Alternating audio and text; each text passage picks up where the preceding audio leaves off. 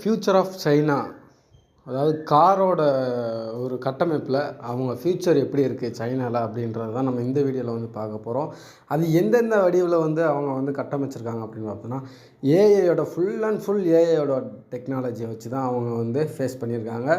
ஒரு சில வீடியோக்களை வந்து நான் அவங்களுக்காக ப்ளே பண்ணுறேன். அந்த வீடியோவை பார்த்துட்டு நீங்கள் எப்படி இருக்குதுன்னு சொல்லுங்கள். ஏன்னா அவங்களோட அட்வான்ஸ்டு மாடல் வந்து எங்கேயோ இருக்குது. ஆட்டோமேட்டிக் கார்ஸ், அந்த சைனாவோட மக்கள் வந்து அந்த ஒரு காரை வந்து ஆட்டோமேட்டிக் பார்க்கிங் சிஸ்டமில் ஏஐயில் வந்து கன்வெர்ட் பண்ணியிருக்காங்க.